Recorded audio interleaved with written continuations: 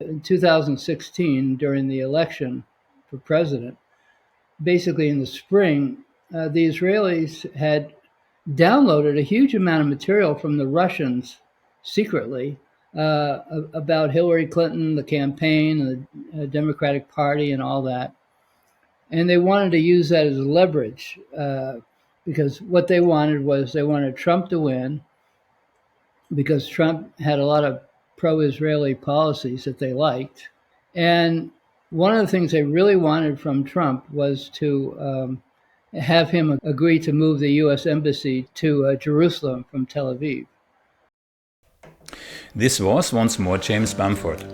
In the previous episode, we discussed a scandal that goes so deep to the core of American-Israeli relations that despite its gravity and implications, there are only a handful of journalists brave enough to write about it.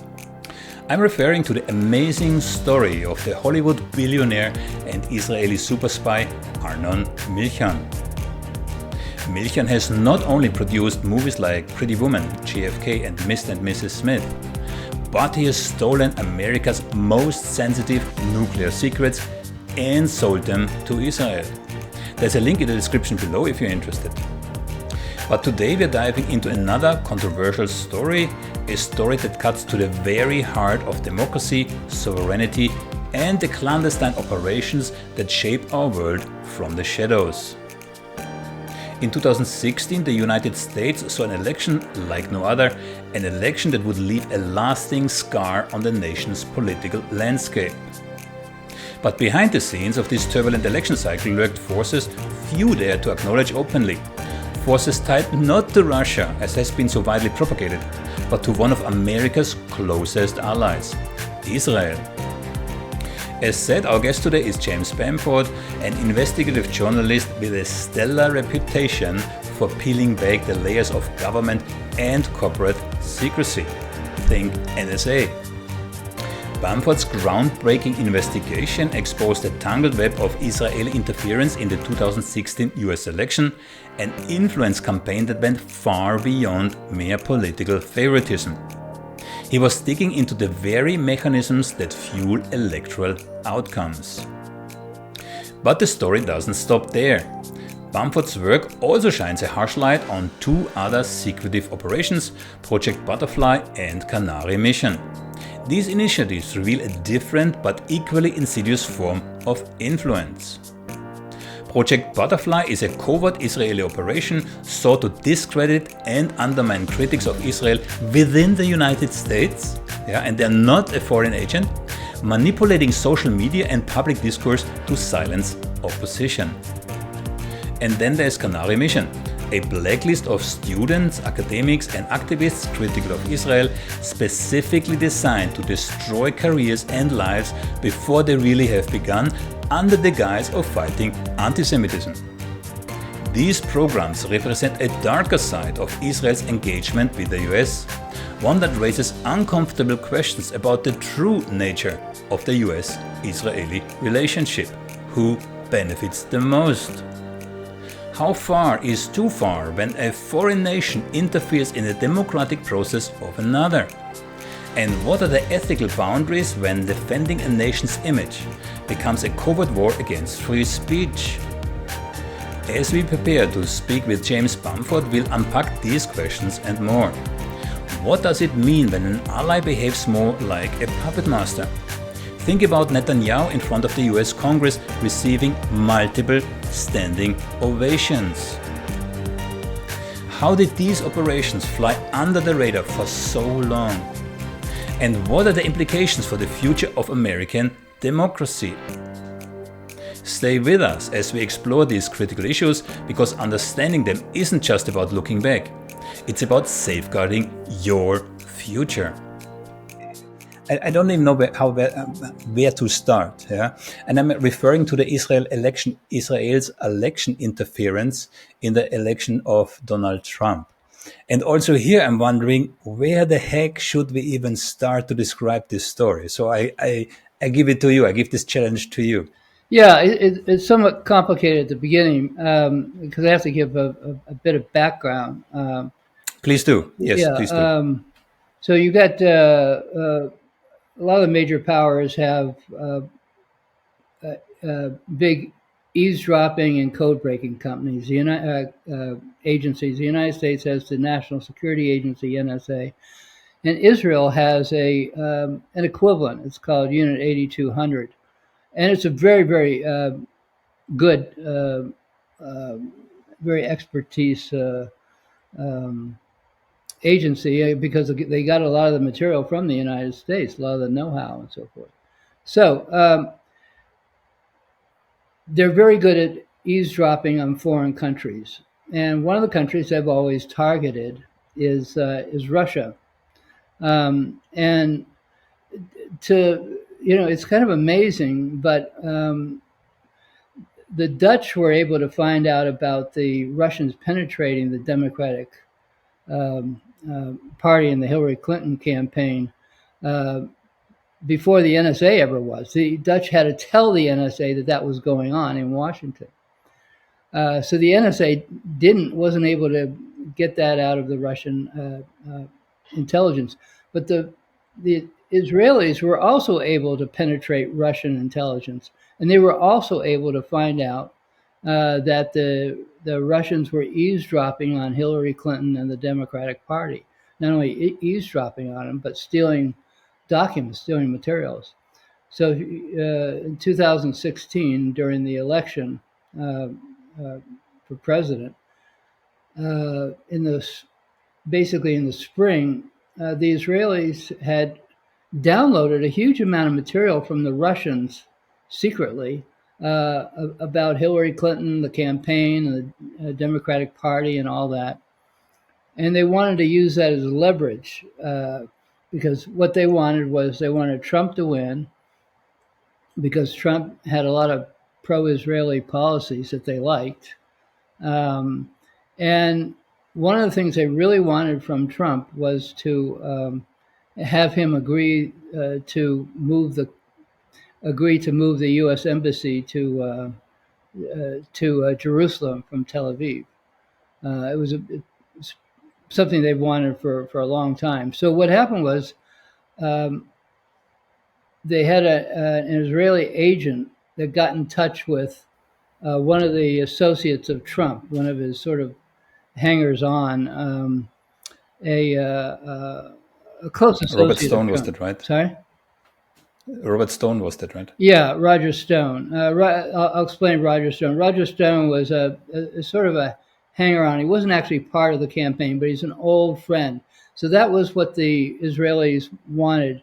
They didn't want to go in the front door where the people who work on the campaign, because then people would talk about it and they'd know about it and all that. So they went through the back door, and Roger Stone was basically the back door because they could go to him and then he could sort of secretly tell Trump or get in touch with Trump about that. So that's what happened. They got in touch with Roger Stone in like May of 2016. And they said, here's the deal. We have a lot of material that could help the campaign because we know the Russians were eavesdropping on Hillary Clinton. And this is before the FBI or anybody knew this was going on.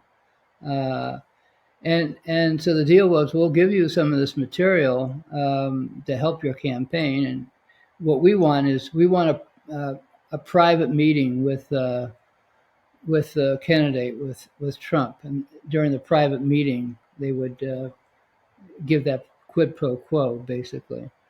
And again, this isn't from rumor or somebody that told me this at a bar or something. This is from the official documents from the FBI. These are the actual FBI reports. What the FBI did when they eventually found out about it later on is they got a search warrant for the spy, basically, the Israeli spy. They got a search warrant for his communications, his emails, and so forth. So what I got was, I don't know if it was all, but most of the emails between the spy and Roger Stone. And they were always talking about, well, can we get in to see Trump today? And let's have a meeting. And it was all this contact. And you have a secret Israeli agent here meeting clandestinely with a presidential campaign in order for a quid pro quo. We'll give you this if you give us that. I mean, all the attention was on Russia, on Russiagate, and that turned out to be nothing. When the real illegal quid pro quo was going on between Israel and the Trump campaign. But nobody knew about that because it was kept very secret until after the whole campaign was over, and that's when I was able to get these documents. So anyway, the bottom line was that Trump did agree to, at the end of the summer in September, he did have this private meeting in New York in his penthouse with Netanyahu, and they came out, and Trump publicly said, if I'm elected president, I will move the embassy from Tel Aviv to Jerusalem. So, in other words, Netanyahu got what he wanted. There was a second element to this, yeah, the U.S.-Iran nuclear deal, right? Just tell me that again. What was the nuclear deal, Obama's nuclear deal with Iran? Oh. So Israel apparently. Yeah, but that was Trump had already agreed to do away with that agreement before this this rendezvous meeting with the Israelis took place. So they already had that. They already knew Trump was going to do that. So they weren't. That wasn't part of the deal. But Trump had not previously said that he would agree to the moving of the embassy. That's a big deal. Every president has been confronted with that issue, and every president has said, no, we're not going to do that, because the whole idea is that we're supposed to be leaving that as a negotiating point between the Palestinians and the Israelis, since part of Jerusalem is, or East Jerusalem is occupied Palestinian territory. So the deal was basically always about the movement of the embassy. Trump got what or Netanyahu got what he wanted in September, and it's still difficult to know exactly what they gave to Trump, because the U.S. never indicted Roger Stone.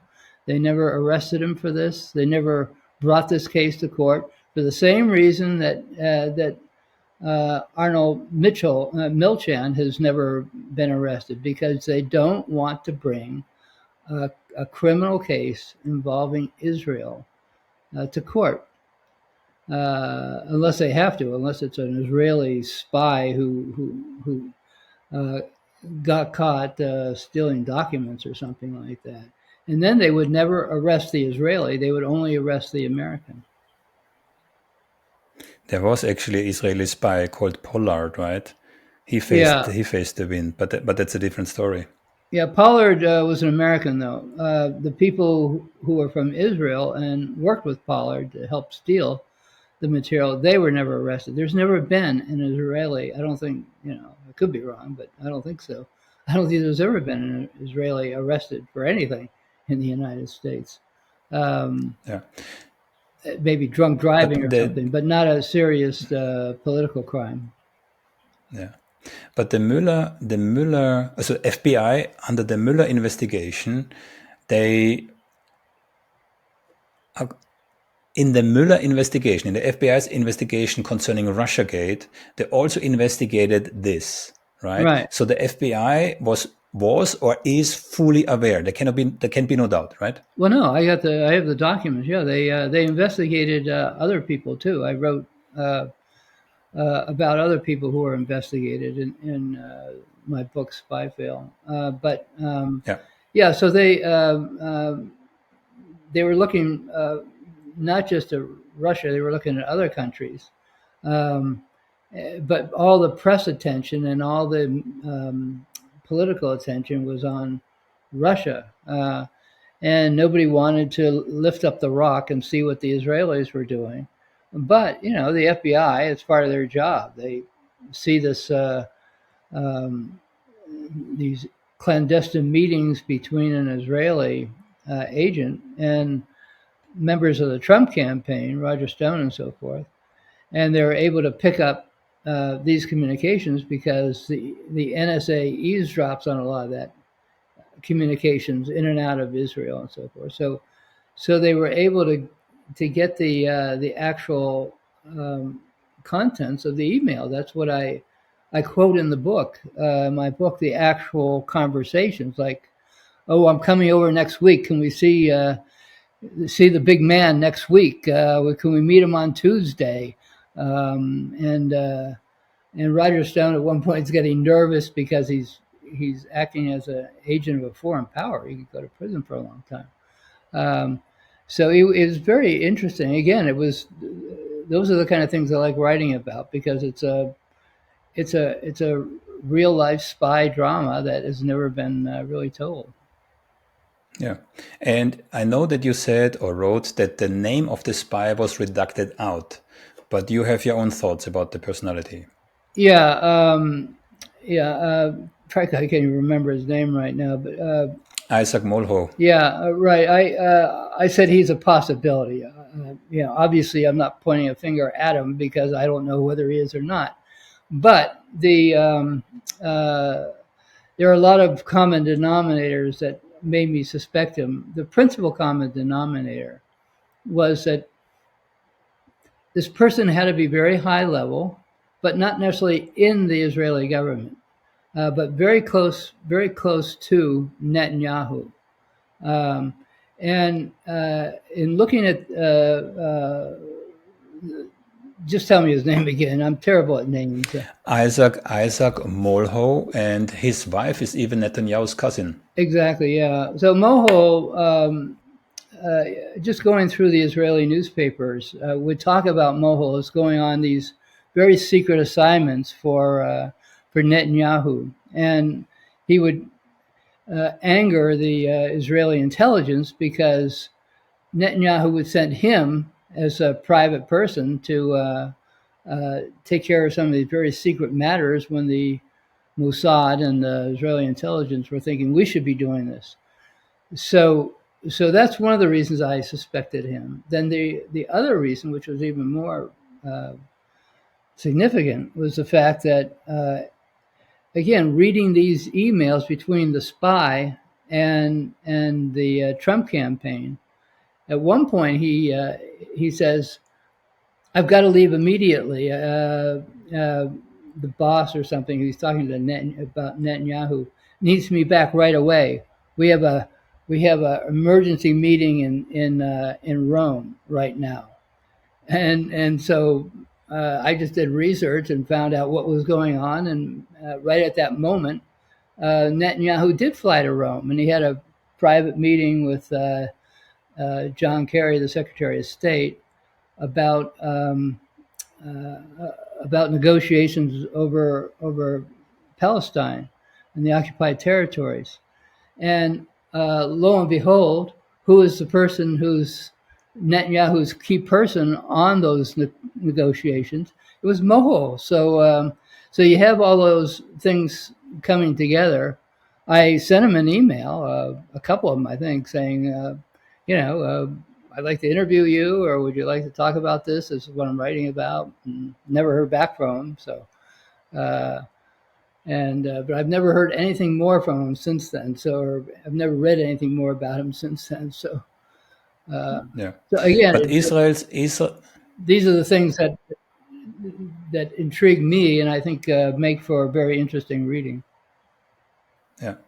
But this case of Israel interfering in the elections of another country is not an exception, right? I saw that you wrote about Israel's global election interference, right? There was an international journalistic investigations from 30 news organizations. It's amazing that, well, let me explain what this was. A number of countries in the Middle East and Europe, or let me back up, a number of major newspaper publications in Europe and the Middle East all got together. I think there were a dozen or so, at least a dozen, of the major newspapers, the Times of London, Le Monde, Der Spiegel, Harats in Israel. They all got together because they knew that Israel was really bad at trying to slant elections around the world.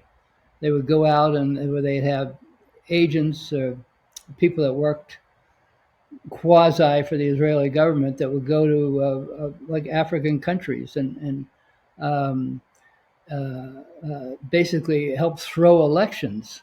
And so that was getting out. So then all these newspapers formed a task force to look into the Israeli activity in terms of interference with elections around the world, particularly in Africa and so forth.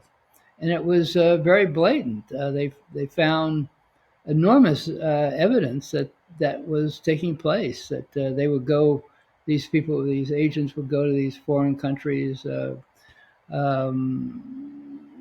Nigeria or whatever. I'm not sure if Nigeria was one of them, but they go to different African countries where there was going to be an Nigeria, election. yeah, in 2018. Yeah, Yeah, it was Nigeria in 2018. Yeah. and they'd say, okay, well, we can help you, and we'll use all these techniques, these sort of sleazy techniques to get you elected, and some of it would be using fraud and other things. So then these newspaper organizations formed a task force, and they spent months and months and months looking into it, and they came out with a very detailed report on the Israelis interfering with and manipulating elections around the world. And yet, not only did no U.S. Newspaper take part in that, I don't know why, but they never did. They never even reported the results of those investigations. They were front page news in London and Berlin and even in Tel Aviv through Harats, and in Spain. So it's just incredible to me. I've been following this for a long time, how the U.S. press ignores whatever Israel does. I mean, for me, it's good because it's like an open field. I can do whatever I want, knowing that nobody else is going to, I don't have any competition in that. Yeah. I read about the Archimedes group. Does that ring a bell? I mean, I think it's in your book, Archimedes group. Very briefly, can you explain? Yeah, it's the same thing. The Archimedes group was one of those same organizations. It was a private organization in Tel Aviv, sort of filled with a lot of former Israeli intelligence people. And they would do that. They would go to a foreign country. A lot of them were Africa or South America or Asia or whatever. And they would set up phony Facebook pages, a lot of deceitful advertising. And they would basically throw an election for whoever was paying for them. That's the whole idea. You hire them. They're going to use all these sleazy tactics. The number of the tactics were illegal. And you would win your election. Yeah. And they worked with Cambridge Analytica, if I saw this correctly, right? Yeah, Cambridge Analytica, which was a very powerful company in terms of data mining and so forth. They data mined all these names from Facebook, for example. It was like 8 million or a huge number. And so they got together with, or the two companies got together a number of times. And that was going on all through the elections in 2016 and I think the last election also. And a lot of the elections around the world, because they don't have very much oversight of these elections in smaller countries in Africa and so forth. So a company like Archimedes Group could go down there and do an awful lot of fraudulent voter activity and get away with it because there is no FBI looking over their shoulder or whatever. And So that And was of the course, reason they're why. doing that. I'm sorry. Yeah, that they're not doing this randomly. Yeah, they're doing this to sway the election results in the interest of the Israeli government. Right. Right. There's a two-way benefit there. It benefits them because they're making millions of dollars by selling their services to these companies. On the other hand, they're not getting any pushback in Israel because they're they're winning elections favorable to the Israeli government. So it's sort of a win-win for the Israelis. The Israeli um, election manipulators get millions of dollars, and the Israeli government um, gets a like-minded a candidate winning an election in a foreign country. In this context, I just saw today a documentary called The Lab from an Israeli filmmaker called Feldman. Yeah, it's from 2013, but it highlights how interwoven Israeli arms distribution is around the world. Yeah, also so-called Israeli battle-tested arms and battle-tested specifically for urban warfare scenarios, right? And of course, we all know that this battle-tested equipment is all battle-tested on the Palestinians, Right. right? Yeah. I mean, that's what countries traditionally do. It's what we did in Vietnam. It's what we did in Afghanistan and Iraq. Is you have a new weapon system, you got to try it out. You're not going to try it out on On Americans. your own people. Is it going to work or isn't it going to work? Well, we'll take it over and try it against the Palestinians or whatever. Yeah. So yeah, it's a disgusting thing, but that's what happens all the time. Yeah. What was surprising, or what still keeps surprising me, is how interwoven Israeli interests are being supported throughout the world in different areas. Yeah, but especially in arms sales, because I interviewed, I have a very recent interview where we discussed that Israel actually sells arms in 100 to 140 countries. Wow, Right. yeah.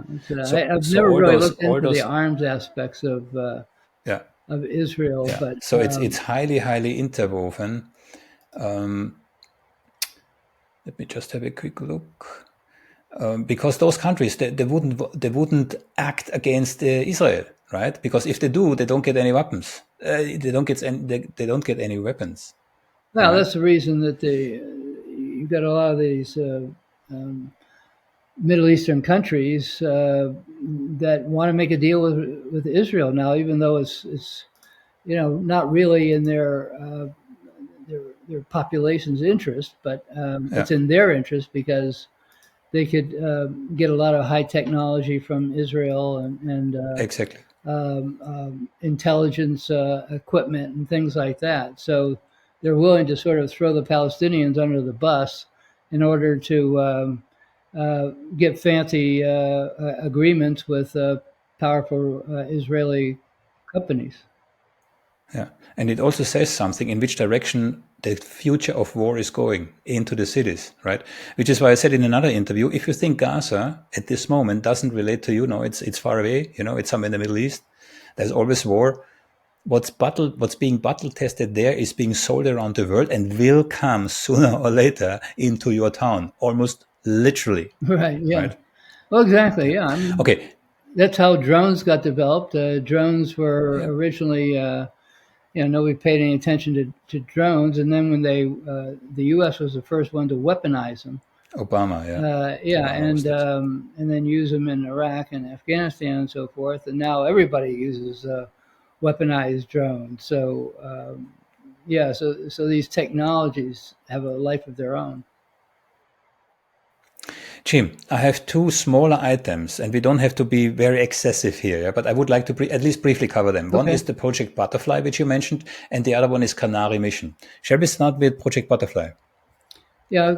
Because I think it's relevant because right now we have also here in the Netherlands where I am, we have the same scenarios as in the US where students occupy university campus and being rudely and forcefully pulled out by riot police. Yeah, I've been So reading Project about that Butterfly. in Amsterdam.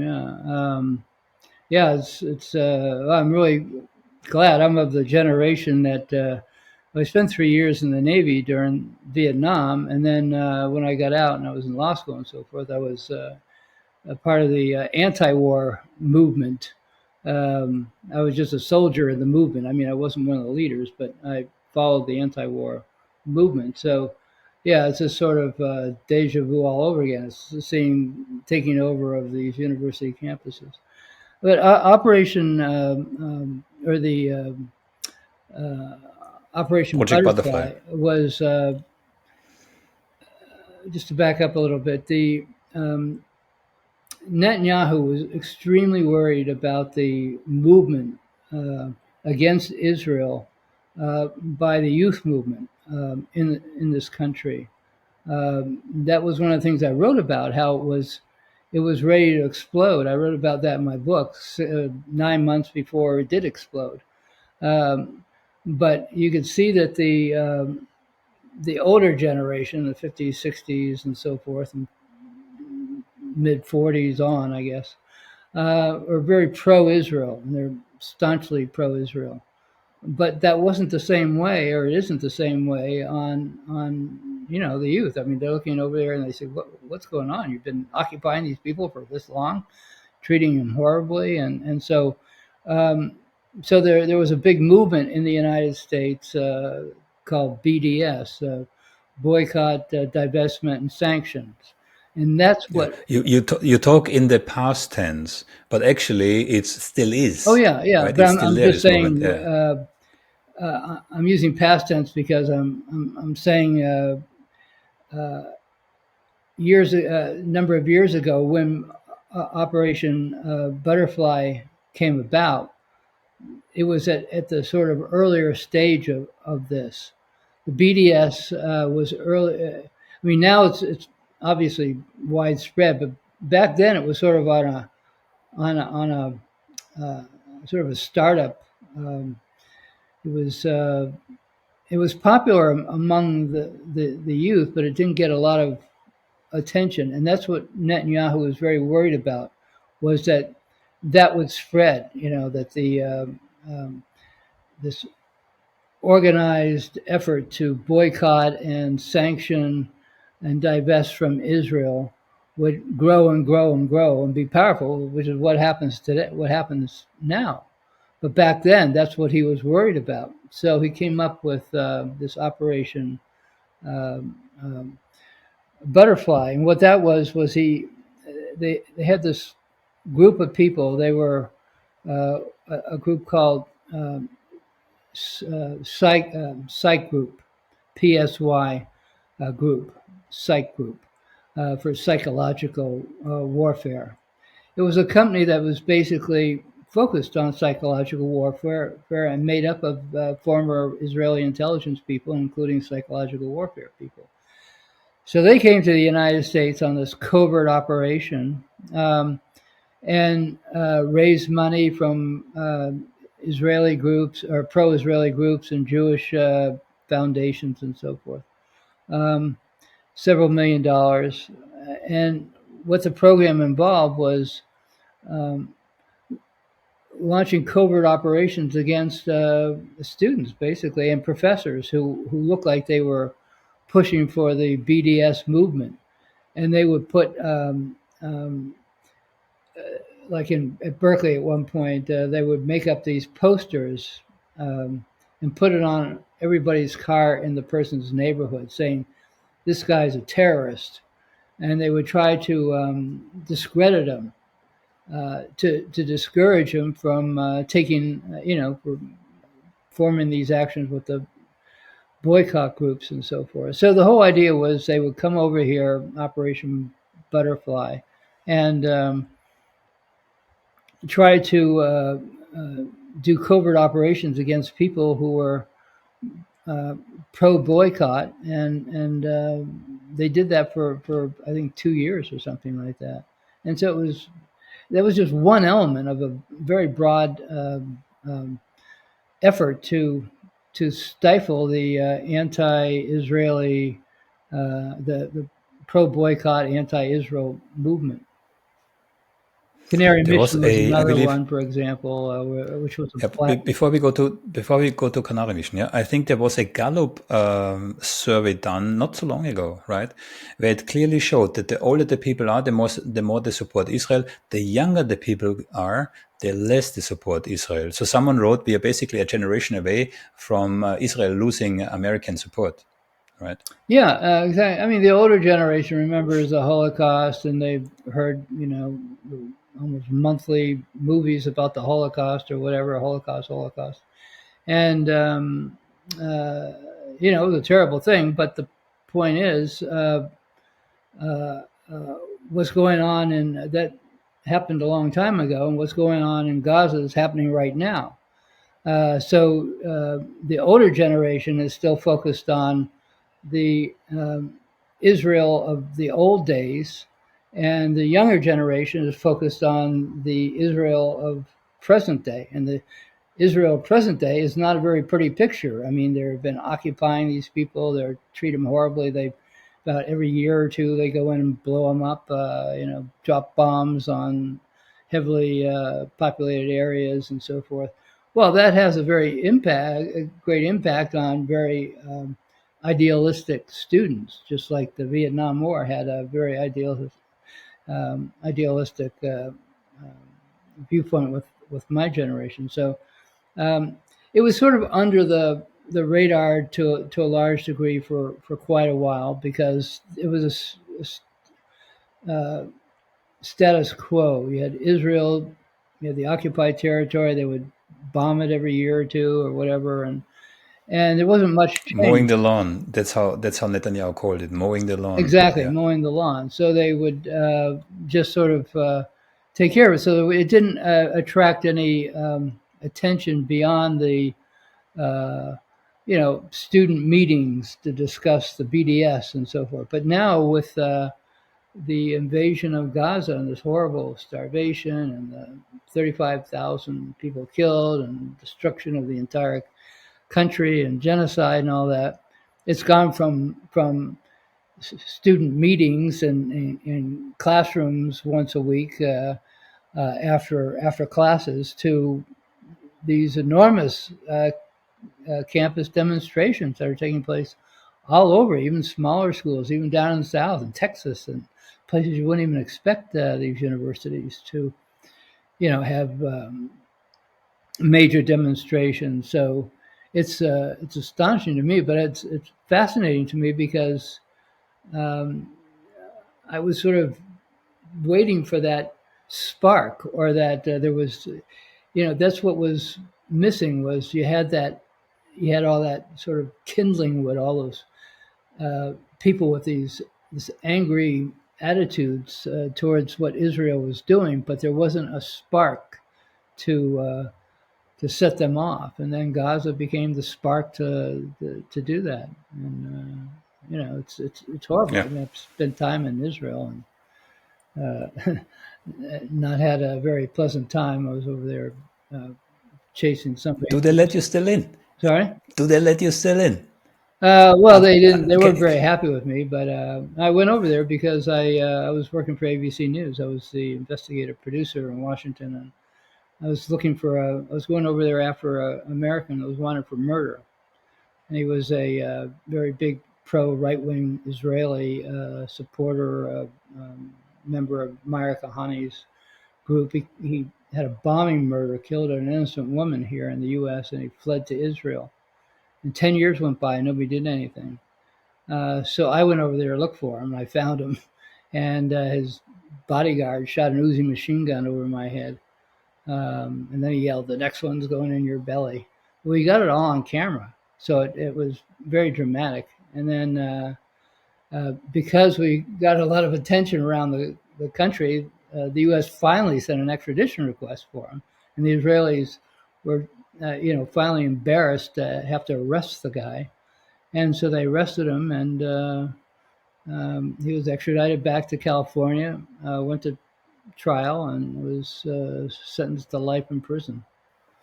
So Thanks to you. he's going to be getting out this summer after 30 years for probation. So I think he's going to come looking for me at that point, maybe. But getting a little nervous now. Wow. Yeah. But Interesting. anyway, that's Yeah. that was So, one of the other things that here you get a yeah. guy that's wanted for murder in the United States, and Israel basically gives him asylum. Not basically gives him; they did give him asylum, and they even put him in the Israeli army. Yeah. Okay. So the last one, Canary Mission, because it's really related to Project Butterfly. Canary Mission, they even have a website. It's canarymission.org. I'm not making commercials here, but the interested viewer might have a look if he or she is himself or herself listed on the list, because it has actual consequences. Yeah. Yeah. Please tell us, what's the Canary Mission? Well, Canary Mission is this very sort of mysterious online blacklist. I mean, is blacklist a common term? Do people know what a blacklist is? If I say blacklist, uh, it's a list of people who uh, um, are put there because. Well, let me back up. What Canary Mission is a very secretive organization that emanates out of Israel, and it goes after students mostly and professors who are rather anti-Israel and pro boycott and so forth. So, one way to stop them from being pro boycott and anti-Israel is to put them on a list. It's called Canary Mission list. It's a blacklist. And what they do is they put the person's picture there, a little bit a bio about who they are, and then Contact details. sorry. Contact details, whatever they can find. Yeah, exactly. And then they put down, if somebody happened to be at a meeting and they said, oh, the U.S. should stop sending weapons to Israel, or we should have an embargo, or anything that was anti-Israel. Then maybe a week later, Canary Mission, the person would find their picture and their name on the Canary Mission blacklist, this online thing that's available all over the world, and it would have their quotes and say he said this and so he's against Israel and all that.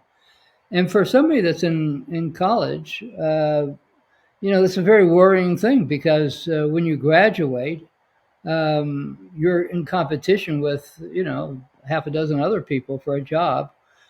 Well, 5 of those 6 people perhaps are not on Canary Mission, and you are. That makes you at a disadvantage, especially the person that's doing the hiring is very pro-Israel. So the whole idea is to discourage students and professors from saying anything critical or taking any critical actions against Israel. Because if you do, you may wind up on Canary Mission and you're there forever, and it's available anywhere. The Israeli government even uses it as a censoring mechanism, so that if you fly into Israel, they'll look and see if you're on Canary Mission. And if you are, they've done this to a number of people. They'll just say, get back on the plane and go back. You're not allowed in here. And so it's a very terrible thing. And the problem is there's no way to ever get off it once you're on there. And they get away with it. And there's no indication of who's doing it or where it's coming from, except it can be traced back to Israel. And it gets a lot of the money from American Jewish foundations, for example, or wealthy Jewish Americans who donate to it. And there was an example that the Diller family in California, for example, donated $100,000 to Canary Mission in Israel, to their front company in Israel. And it only got revealed because they made a mistake on one of their tax forms. Otherwise, nobody would have known about it. So there's all this money, millions of dollars that go there to support it from people who are very big supporters of Israel, but don't have to admit that they're supporting a disgusting blacklist. Blacklisting students who have every right to criticize a country if they want to. Just to be clear, it's not only about students, It's professors, business professors too. leaders, You have professors. anyone. I Yeah. taught at Berkeley for a while. I was a distinguished visiting professor at Berkeley, and so it was my one time to sort of see it from the professor side of viewpoint. And you can see how competitive it is there for moving from associate professor to assistant professor to professor and all that, and you're in competition.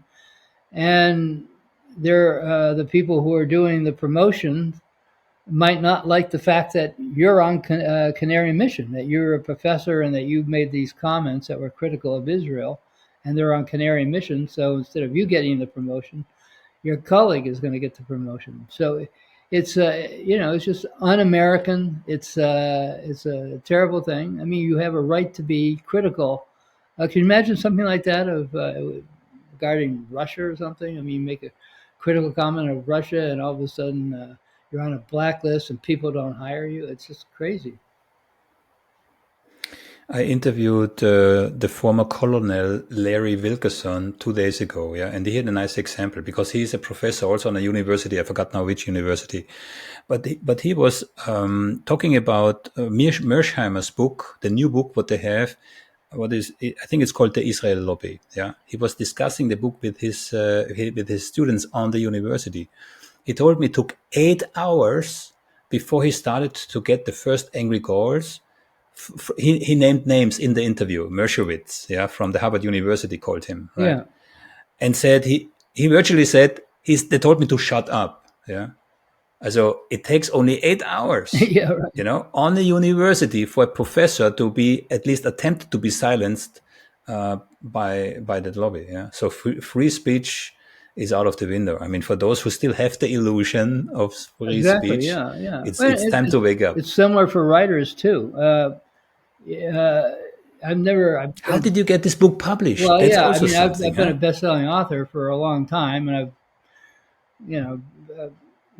written extensively for the New York Times, the Washington Post, all these places, and I've never ever had a problem getting a book published. But this time, I did have a bit of a problem. It wasn't a big problem, but there were a number of publishers that looked askance at the amount of attention I paid to Israel in the book. It would have been much easier to do the book without putting Israel in there, but that's not the kind of person I am. That's not the kind of writing I do. So, but I did. The publisher I went to, 12, which is a very, very good publisher. They were very enthusiastic about it and did an extremely good book in terms of the quality of the editing and the production. So I was very happy about it. So, I mean, I've been very lucky in a sense that I've never really, I've been very outspoken about Israel for a long time. I've gone over there, got a guy put in prison for life, and I've done a lot of things that Israel doesn't like, but they know that no matter what they do, what are they going to do? I'm not going for a job or anything. I can write whatever I want. I don't care whether they criticize me or not. So I've been fairly lucky because I haven't gotten the wrath of anything. Of course, tomorrow I may, but who knows? Knock on wood. I just wanted to say, right. knock on wood. Yeah. Yes. But I just could not write about all this because I follow the Middle East very closely, and it was just it was just absurd that nobody would write about the Israeli spying during the election in 2016, or write about Milchin and all the things that he's done, or write about in an earlier book the attack on the USS Liberty. which drew a lot of. Because you mentioned it, because you mentioned USS Liberty, I interviewed a survivor of the USS Liberty, yeah, Really? Phil Turney. Recent, who is it? Incredible story. Phil Oh yeah, Turney, Phil Turney. Yeah, sure. I was out at their yes. reunion last year in Colorado. Ah, I mean, I'm still in touch with okay. them, and I'm going to go to their reunion next month in Tell us very briefly from your perspective, for people who don't know, in a nutshell. If I will not ask anything else, but since you brought it up, yeah, the Liberty incident, yeah, yeah, how did you? yeah. First of all, I have a fairly close connection to it because I was in the Navy at the very same time, and I was in the same organization running spy ships. We ran a spy ship off North Korea, and they were running the spy ship in the Mediterranean, the Liberty. So what happened was that the U.S. at the time had a number of dedicated ships, about half a dozen ships. They were fairly small ships, but they were loaded with antennas. They were basically spy factories. You just sail them along the coast, and you're able to pick up all the communications.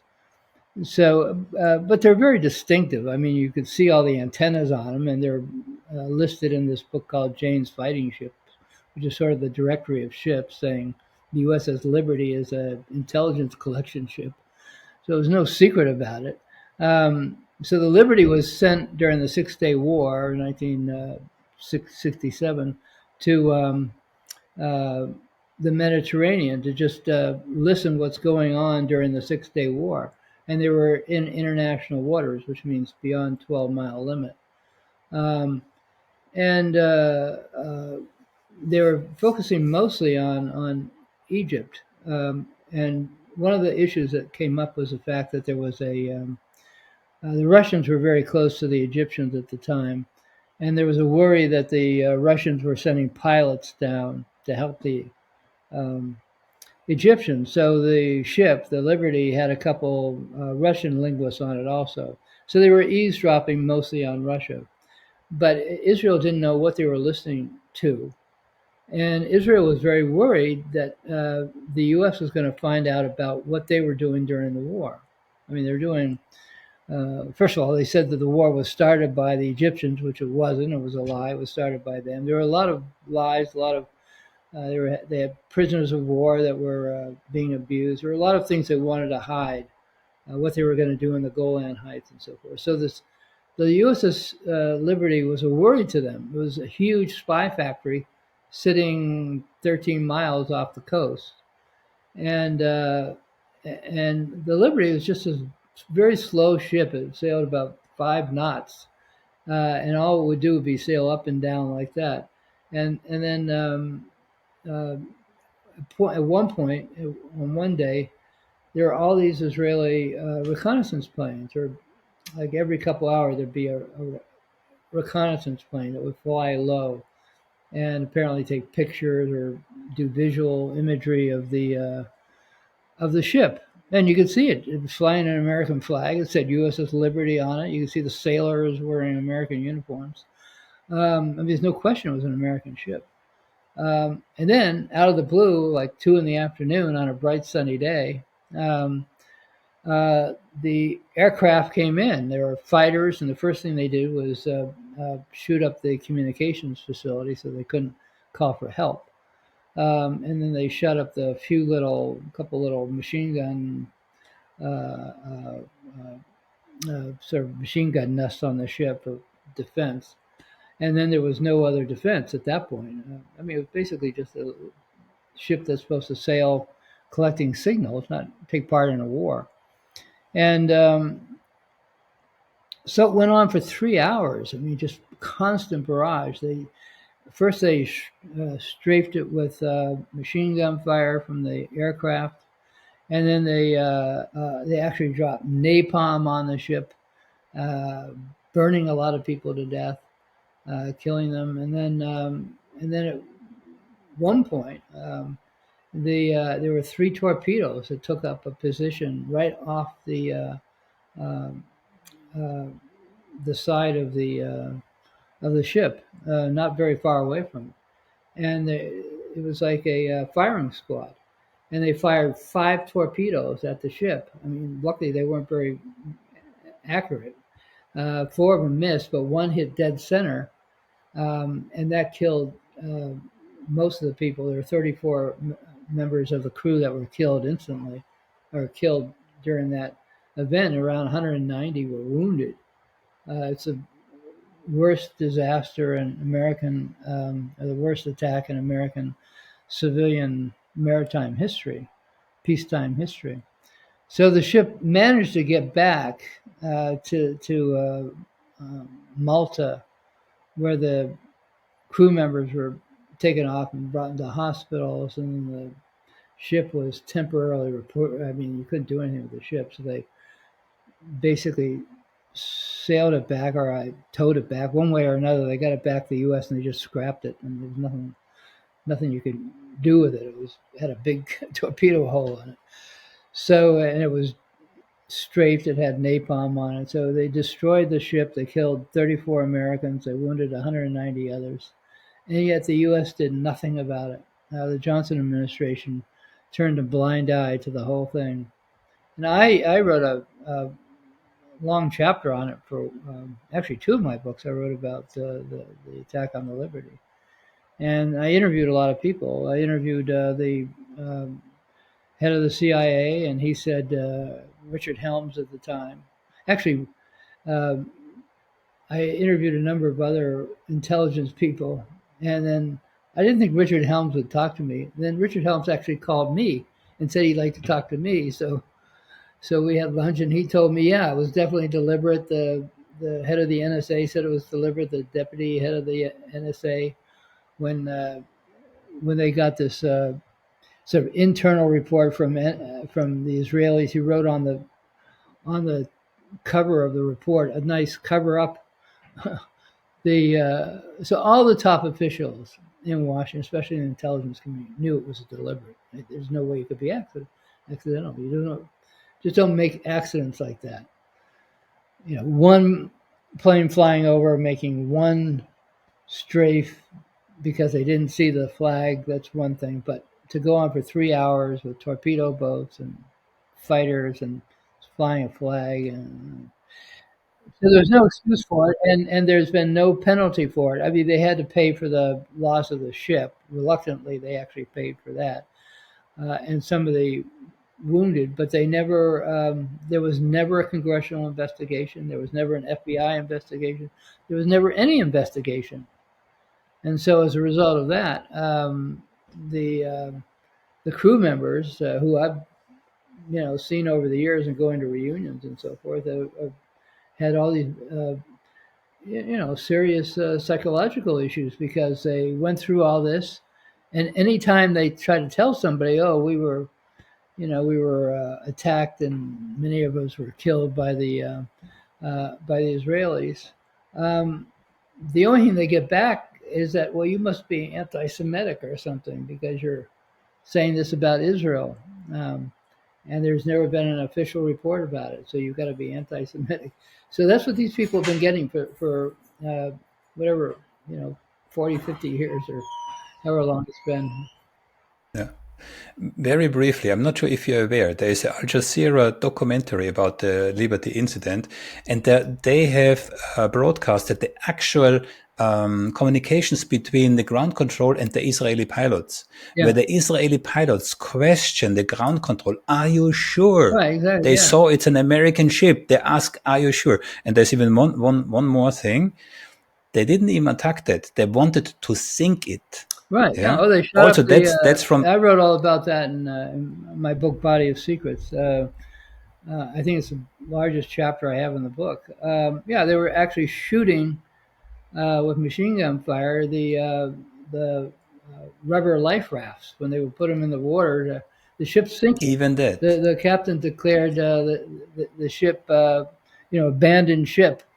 And where do you abandon the ship? The only place you could abandon it to are these life rafts. And the Israelis were shooting the life rafts.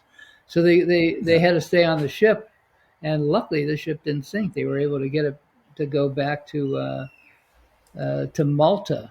And the captain got a the Congressional Medal of Honor, but it was the only time in history that it wasn't presented at the White House by a president.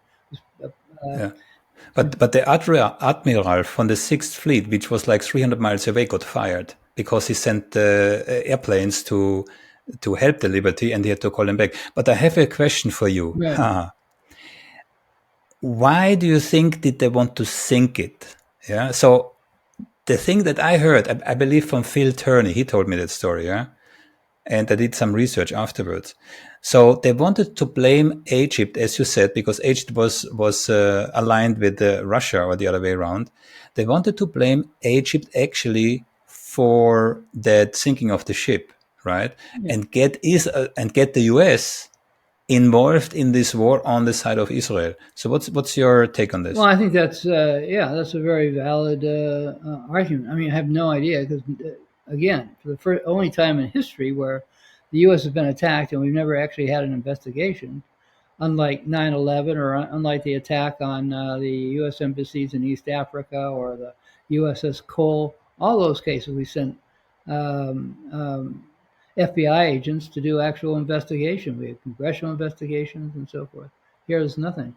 So you don't know. I mean, that and the other, so that's one aspect. The other aspect is the Israelis didn't know what kind of information we had picked up and what kind of what the U.S. would do with that information. In other words, if we had information about war crimes, that they were shooting prisoners who had their hands tied behind their back and putting them in mass graves, which there was some evidence indicating. Um, they didn't want to be hauled before the United Nations, and so there were all kinds of worries. They were going to go into Golan, take over the Golan Heights, which you're not supposed to do. You're not supposed to capture other people's territory after a war. You give it back and all that. So there are all these things that they didn't want the U.S. or any other country. I mean, if the U.S. knew it, they could tell the Brits or the Europeans and all that. So the best way would be to just sink the ship with all those recordings on it, and sink the people with it. Uh, so again, that's one other aspect that you could guess, but Americans shouldn't have to guess. We should know. That's what the FBI is for. And Israel gets all this money from us. They can't say, no, you can't come. We could just say, well, if you won't let us come over and do an investigation, then don't ask for any weapons or money. It's just, but we never did that. We never used that leverage. We never investigated. And the people who are left holding the bag, basically, or left with psychological damage, or the crew members who not only didn't get looked at as heroes for surviving and fighting off this horrible war for this horrible attack for 3 hours, they're called names. They're called anti-Semitic for even suggesting that Israel did it on purpose. Well, of course they did it on purpose. It was broad daylight. I mean, flying an American flag, it says USS Liberty on the back. The guy's a pilot. He's obviously not blind. Yeah. It was a real moving interview with Phil, I have to say. Well, thanks, Tom. Because exactly like you said, they risked their lives. And Phil actually, I don't want to, we're almost done, yeah. But Phil actually, he went into the direct line of fire a couple of times to rescue some of his comrades there. Yeah, right, a couple of times. And this boat looked like a Swiss cheese. Yeah, those rockets and those, I mean, incredible story. Yeah, you can see pictures of the ship, and you just won't believe that people actually survived that. That attack. Exactly. And exactly. And all these crew members, they didn't get together and decide to lie about it. They all are telling the truth about what happened. And yet they, if I walk down the street, and I'm living in Washington D.C., there'll probably be only 1 out of 50 people that will ever know what. If I say, "What do you think about what happened to the USS Liberty?" They'll say, "The what?"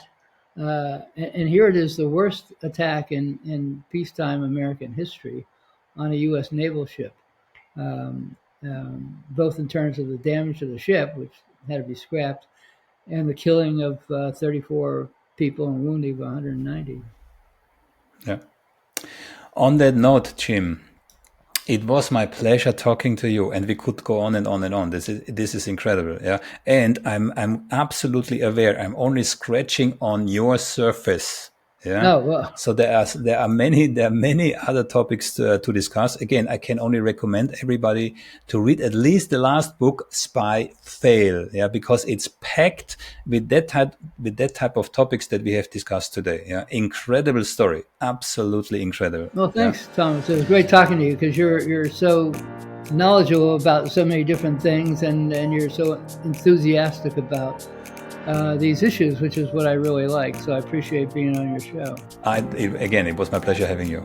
Okay. Thank you. Talk to you soon. You will hear from me again. Okay, thank you. Thank you for tuning into SaltCube Analytics. We hope today's episode gave you something to think about and challenged the way you see the world.